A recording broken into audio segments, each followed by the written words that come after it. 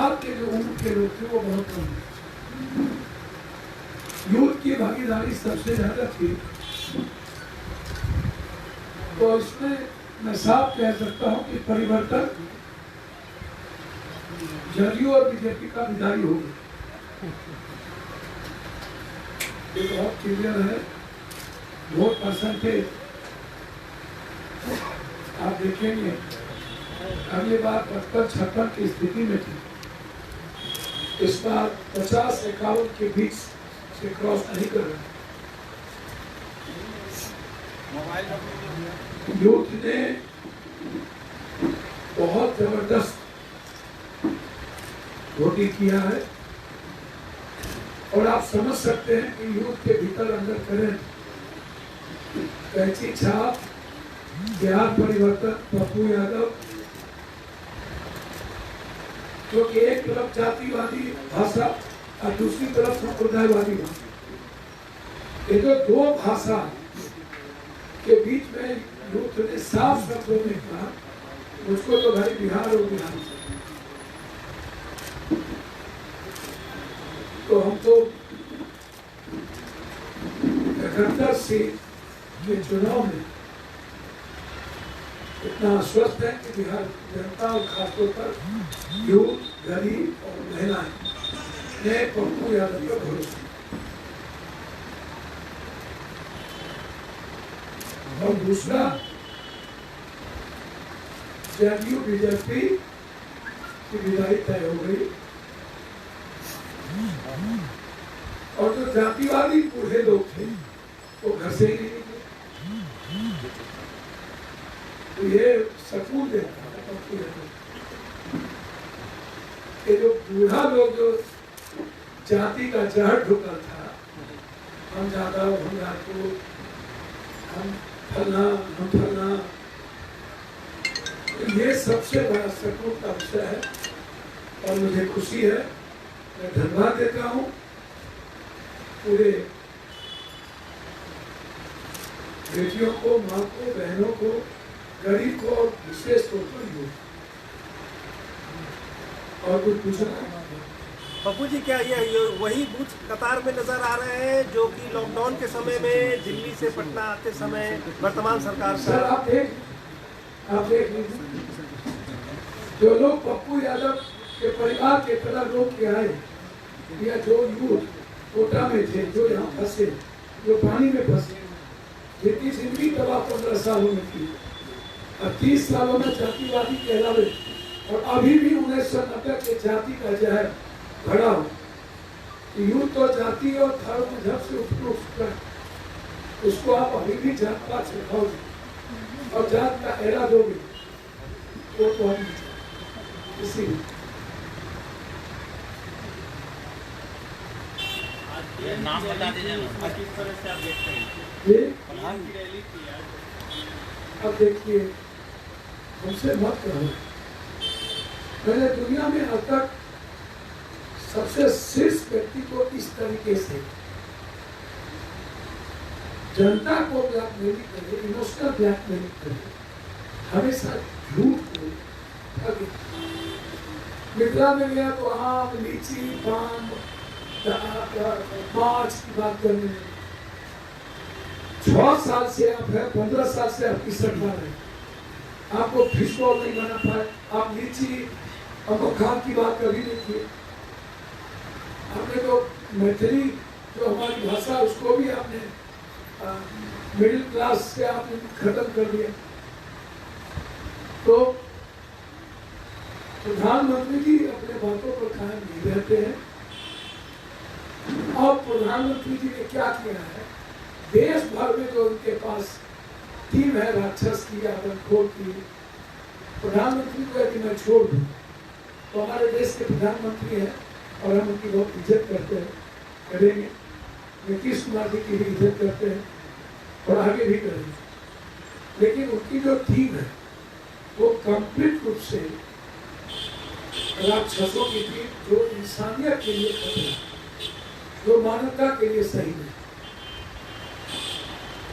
और सारे राक्षस, आदमखोर, उन्मादी, सांप्रदायिक, जातिवादी सबको उतार दिया और लगभग दोनों गठबंधन एक जाति का रंगा कार्ड खेलना शुरू कर दिया और एक संप्रदाय। बिहार के हित में किसी की कोई चर्चा नहीं है, ना कोई बात है। मिथिला की फैक्ट्री बंद है, दालचीनी मिल, पेपर मिल बंद, मधुबनी का गन्ना मिल बंद, इस पर प्रधानमंत्री नहीं हुए। मखान जो हमारा नंबर 1 है, उस पर प्राइम मिनिस्टर नहीं हुए। मार्च के बारे में आप श्री भरमाए आपने फिशबॉल बनेगा कि नहीं, इस पर आप न पहले बोले न आज बोले। तो आज आके मैथिली में आप इमोशनल ब्लैकमेलिंग किए जो पहले करते रहे। तो मैं प्रधानमंत्री जी को दोस्तों कितना देखता हूँ तो इमोशनल ब्लैकमेलिंग के साथ ही वो सियासत करते हैं। यथार्थ पर, सच्चाई पर उनकी कोई सियासत नहीं है। प्रधानमंत्री ने एलईडी और लालटेन की भी तुलना की है, क्या कुछ कहेंगे? देखिए, प्रधानमंत्री को शोभा नहीं देता,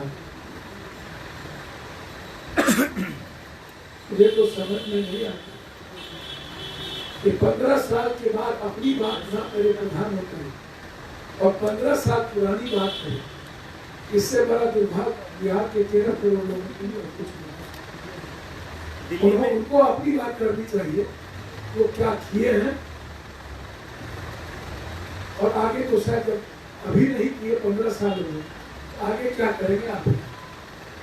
कांग्रेस नेता कह रहे हैं कि अब नीतीश कुमार को केंद्र में मंत्री बनने की ही सपने देखने चाहिए, लेकिन दिल्ली में बीजेपी की सरकार है, वहां पर भी मंत्री पद के भी लायक रहेंगे या न रहेंगे?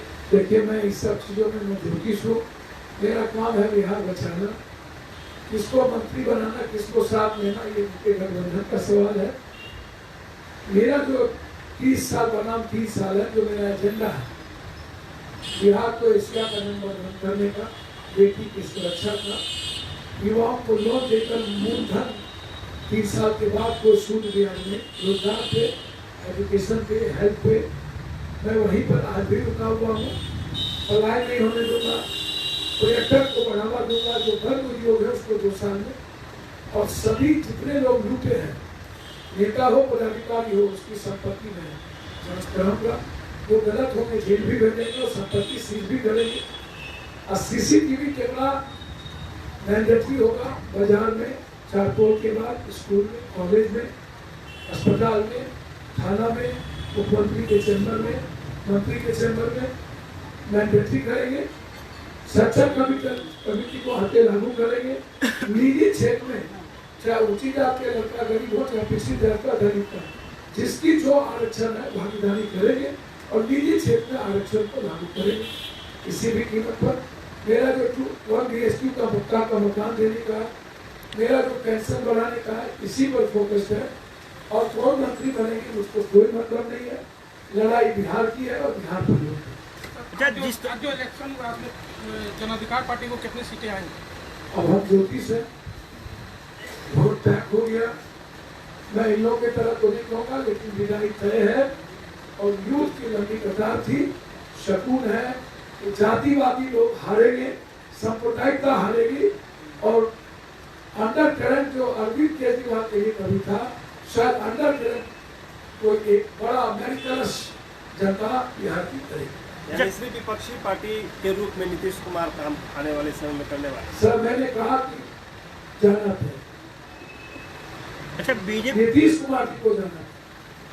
बीजेपी जिस तरह से बार बार कहती है कि हमारी एनडीए नीतीश कुमार के नेतृत्व में चुनाव लड़ रही है, लेकिन उनके फोटो से जिस तरह से 2-3 दिनों में परहेज किया गया मोदी जी का फोटो, आप मुझको लगता है कि 10 तारीख के बाद मोदी जी यहाँ के चीफ मिनिस्टर और अमित शाह जी प्राइम मिनिस्टर, हमें यही संभावना लग रही है। नीतीश कुमार जी तो पीएम बन जाएंगे और मोदी जी बिहार के सीएम बन जाएंगे। ठीक, दूसरे चरण का मतदान होना है, क्या कुछ? सर, दूसरे चरण का मतदान आपको दिख नहीं रहा। 71 सीट पर क्या होगा? समय कम है।